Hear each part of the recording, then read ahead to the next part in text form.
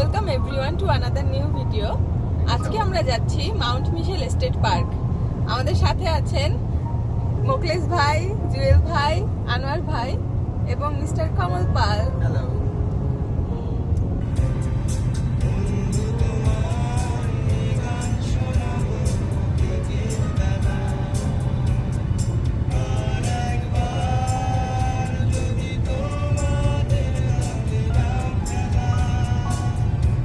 পথে যেতে যেতে আমাদের চোখে পড়ল এই ড্যামটি লেক ট্যাহোমার উপর, কিন্তু এটি ছিল একটি private property, so no entry.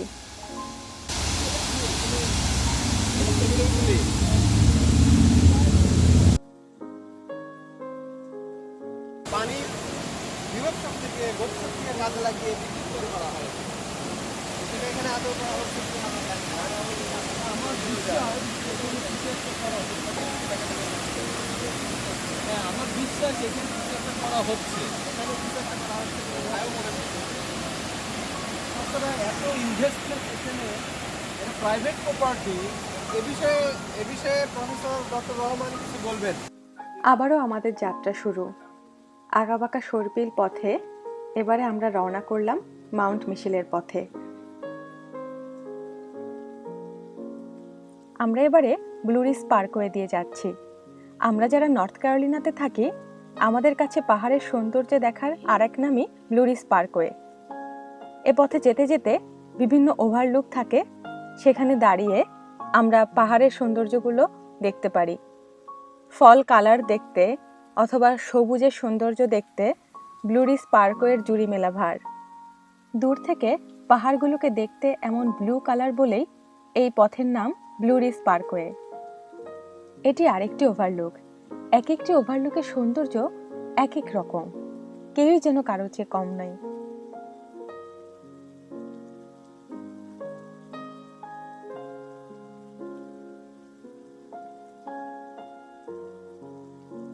আমরা পৌঁছে গেছি মাউন্ট মিশেল এস্টেট পার্ক।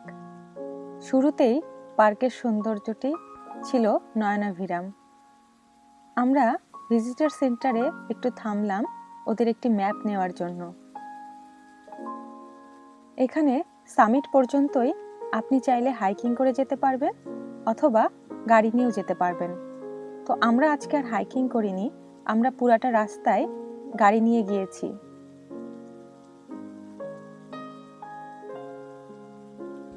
আমরা পৌঁছে গেছি summit of Mount Mitchell park. এখানকার এলিভেশন 6578 ফিট।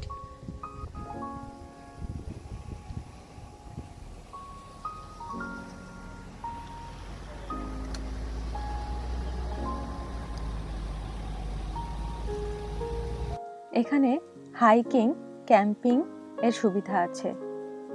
এছাড়াও সামিটে একটি রেস্টুরেন্টও আছে, আপনি চাইলে এখানেই খাওয়া দাওয়া করে নিতে পারবেন।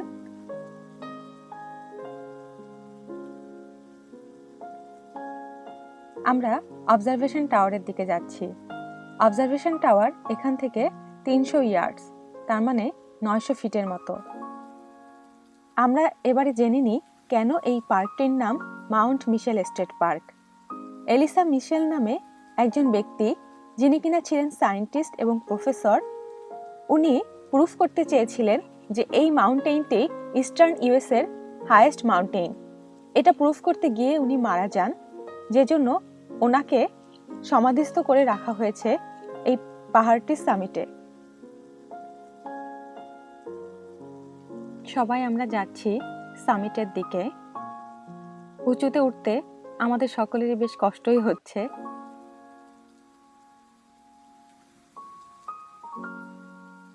এটি ব্যালসাম নেচার ট্রেইল। ব্যালসাম ফির হলো এক প্রজাতির গাছ, যার বিশেষত্ব হলো এর একটি সুন্দর গন্ধ আছে। আমরা এবারে অবজারভেশন টাওয়ারের দিকে যাচ্ছি।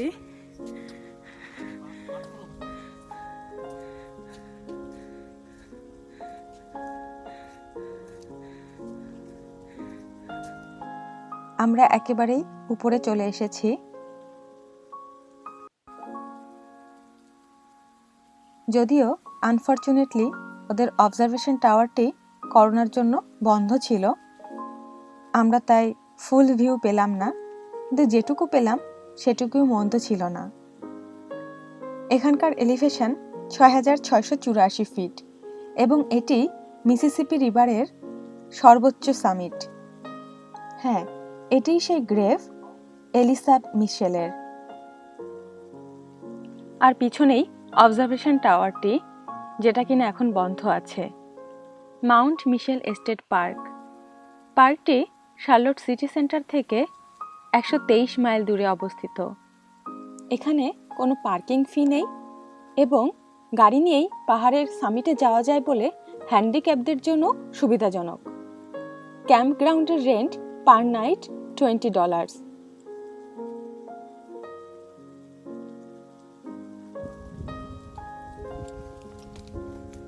আমরা এবারে ফিরে যাচ্ছি, এখন নিচের দিকে নামছি সবাই।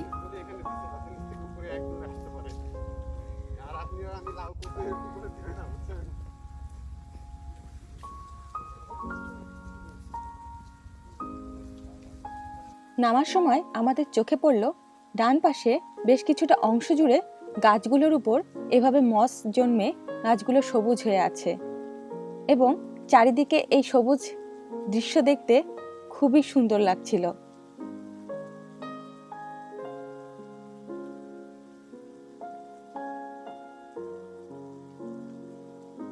আমরা গিফট শপের ভিতরে ঢুকলাম।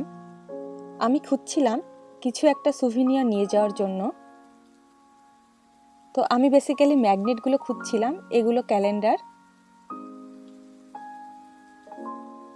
এগুলো হলো পেন্ডেন্ট এবং কিছু ইয়াররিংস। কিন্তু গিফট শপগুলোতে সব কিছুরই দামটা বেশ বেশি, তাই আমি সস্তার মধ্যে কিছু ম্যাগনেট কিনে নিয়ে যাই সুভিনিয়ার হিসেবে। এখানে কিছু ম্যাগনেট ছিল, এগুলোর দাম প্রায় $4.5 করে। সুন্দর।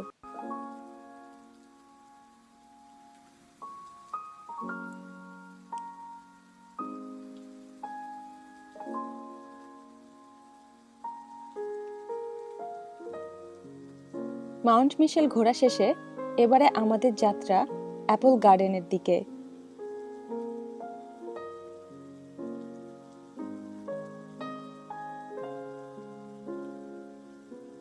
আমরা অ্যাপল গার্ডেনে চলে এসেছি। অ্যাপল গার্ডেনটির নাম স্কাই টপ অর্চার্ড। গার্ডেনটি অগাস্ট 1 থেকে নভেম্বর অবধি খোলা থাকে। এখানে ওরা অ্যাপল আলাদা বিক্রি করে, এছাড়াও আপনি চাইলে গাছ থেকে অ্যাপল পেড়ে সেগুলা কিনতে পারেন। হ্যাঁ, এর জন্য আপনাকে অবশ্যই ওখানে 5:30টার ভিতর পৌঁছাতে হবে এবং গার্ডেনটি খোলা থাকে 6টা পর্যন্ত।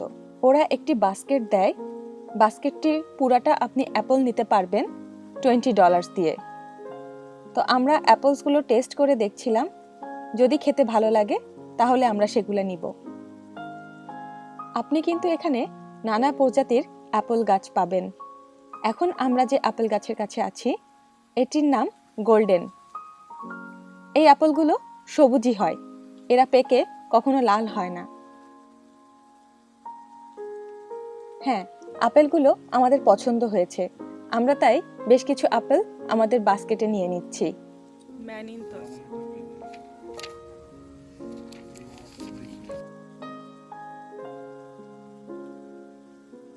কত আপেল মাটিতে পড়ে আছে। এগুলো সবগুলো কিন্তু খারাপ নয়, এখান থেকে ভালোগুলো বেছে নিয়ে ওরা কিন্তু বাজারে বিক্রি করে।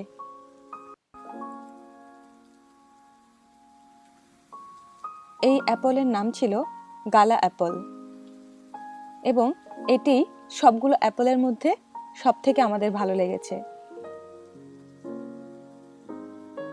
না, নিচে দাঁড়িয়ে অ্যাপল পেড়ে আমাদের আর পোষাচ্ছিল না, অবশেষে গাছে উঠতেই হলো, কেননা পাকা পাকা আপেলগুলো ছিল গাছের উপরের দিকে। এবারে গাছে উঠে পড়লেন আমাদের মোকলেস ভাই। উনি গাছে উঠেই আপেল খেয়ে দেখছেন যে এগুলো নেওয়া যাবে কিনা। এরপর আমরা গেলাম হানি ক্রিস্প অ্যাপলের কাছে, নামে হানি হলেও খেতে একটুও মজা ছিল না। হানি ক্রিস্পের অ্যাপল গাছগুলো দুই ধরনের হয়, এক গাছে শুধুই গ্রিন অ্যাপল এবং অন্য গাছে রেড অ্যাপল। এবারে আমরা এসেছি রেড অ্যাপলের কাছে। এগুলো কিন্তু প্রজাতির নামই রেড অ্যাপল এবং এই গাছের প্রতিটা আপেলই লাল। আনফরচুনেটলি রেড অ্যাপলও আমাদের ভালো লাগেনি। সবশেষে এটাই সিদ্ধান্ত নেওয়া হলো যে গালা আপেলই সেরা। অ্যাপল বাগানে আমার দ্বিতীয়বার হলেও বাকিদের ছিল কিন্তু এটাই প্রথমবার। সবাই আমরা খুবই এনজয় করেছি, গাছ থেকে ফ্রেশ অ্যাপল খাচ্ছি এবং সেগুলো আবার বাসায় নিয়ে যাচ্ছি। আমার আপেল বাগানে দেখা যাচ্ছে কোনো চোর ঢুকেছে। আমার আপেল বাগানে এই কে কে কে আমার আপেল বাগানে কে? হ্যাঁ, আপনার বাড়ি কই? আপনি আমার সব আপেল ফালাই দিচ্ছেন। আপনার বাড়ি কই?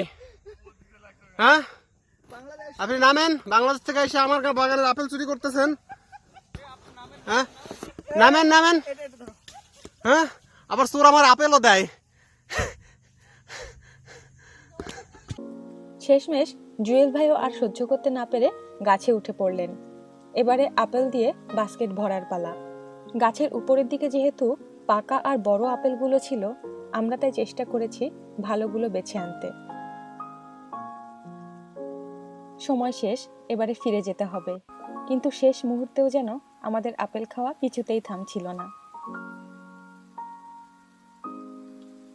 এবারে ফেরার পালা। সবাই মিলে খুব সুন্দর একটি দিন কাটালাম। আশা করি আপনাদের ভালো লেগেছে। সবাইকে ধন্যবাদ।